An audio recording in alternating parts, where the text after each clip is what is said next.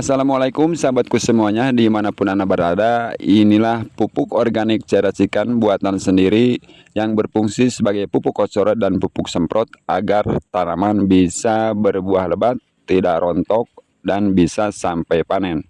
Banyak sekali para petani yang mengeluhkan bahwa bunga tanamannya selalu rontok, selalu gugur, baik rontok bunga ataupun rontok pentil, sehingga tidak menghasilkan buah. Itu adalah merupakan suatu permasalahan yang sangat serius yang dialami sama petani, sehingga petani menjadi frustasi dan enggan untuk bercocok tanam lagi. Nah, untuk kesempatan video kali ini saya akan berbagi pengalaman atau berbagi solusi, yaitu bagaimana caranya agar tanaman sahabat bisa tidak rontok lagi, tidak gugur bunga lagi, dan bisa menjadi buah. Semoga bisa cocok dengan iklim di tempat para sahabat.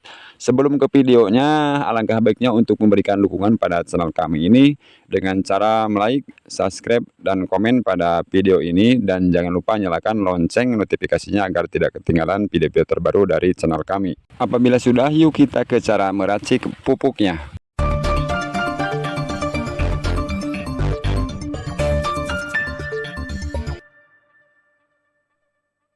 Ayo sobat, kita mulai cara meracik pupuknya. Bahannya sangat sederhana sekali. Untuk peracikan pupuk kali ini saya menggunakan daun pepaya dan daun kelor sobat. Untuk daun pepaya saya menggunakan 2 daun saja, dan untuk daun kelor saya menggunakan 1 genggam saja. Perlu sobat ketahui bahwa daun pepaya banyak sekali mengandung unsur hara, yaitu unsur kalium, kalsium, magnesium, tembaga, zat besi, dan juga mangan. Sedangkan daun kelor banyak sekali mengandung vitamin dan mineral. Contohnya vitamin B6, B12, vitamin C, vitamin A. Juga mengandung unsur yang lainnya seperti magnesium, zat besi, dan banyak lagi yang lainnya yang bermanfaat untuk tanaman kita, supaya tanaman kita tidak rontok sobat ya.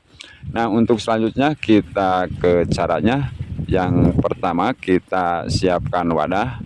Dikarenakan daun pepayanya hanya 2 daun dan daun kelornya hanya 1 genggam, jadi wadahnya cukup untuk muat air 5 liter saja, karena pembuatan pupuk kali ini hanya untuk 5 liter.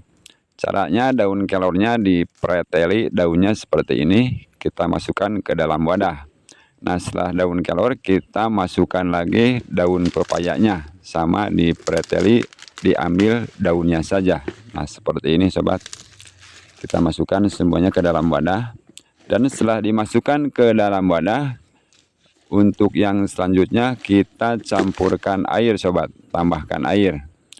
Untuk airnya cukup setengahnya saja. Perkiraan air sekitaran 2 liter sampai 2 liter setengah sobat. Nah, kita masukkan airnya. Airnya hanya air biasa saja, air bening atau air keran. Nah, setelah dimasukkan air, dan untuk yang selanjutnya ini harus hancur daun kelor dan daun pepayanya dengan cara diremas-remas seperti ini. Apabila sahabat di rumah mempunyai alat yang lebih canggih seperti blender atau alat tumbukan yang lainnya, sahabat bisa menggunakannya agar lebih cepat dan lebih praktis. Karena kalau diremas-remas seperti ini agak lama sobat, agak pegal juga. Nah, kita remas-remas supaya zat-zat yang terkandung di dalam daun pepaya dan daun kelor ini bisa keluar dengan sempurna. Nah, kita harus sabar sobat, ini agak lama proses peremasan ini karena saya melakukannya dengan cara manual, dengan cara diremas-remas menggunakan tangan sobat. Jadi ya wajar saja kalau peremasannya ini agak lama. Nah, ini sudah mulai hancur, sudah mulai lembut sobat, dan unsur-unsurnya sudah mulai keluar dan sudah berwarna hijau. Nah, ini sudah selesai peremasannya. Dan untuk langkah selanjutnya kita harus membuang dedaknya atau daun-daun yang besar-besarnya, sisa daunnya ini harus tidak ada sobat. Karena nanti kalau diaplikasikan ke tanaman dengan cara disemprotkan, ini akan menyumbat pada sprayer atau power sprayernya. Dan sisa ampasnya kita peras lagi, dan ampasnya ini bisa langsung dipupukkan ke tanaman. Nah, setelah selesai kita masukkan lagi ke dalam wadah yang masuk air sebanyak 5 liter, karena pembuatan pupuk ini hanya 5 liter. Untuk yang selanjutnya agar lebih ampuh dan lebih bagus, kita tambahkan bahan yang lainnya. Yang pertama bahannya saya menggunakan MSG, micin. Untuk micin sahabat bisa menggunakan Sasa atau Ajinomoto, sama saja. Untuk dosis Sasa saya menggunakan 1 sendok saja. Untuk Sasa kita masukkan 1 sendok Sasa ke dalam air kelor dan air pepaya.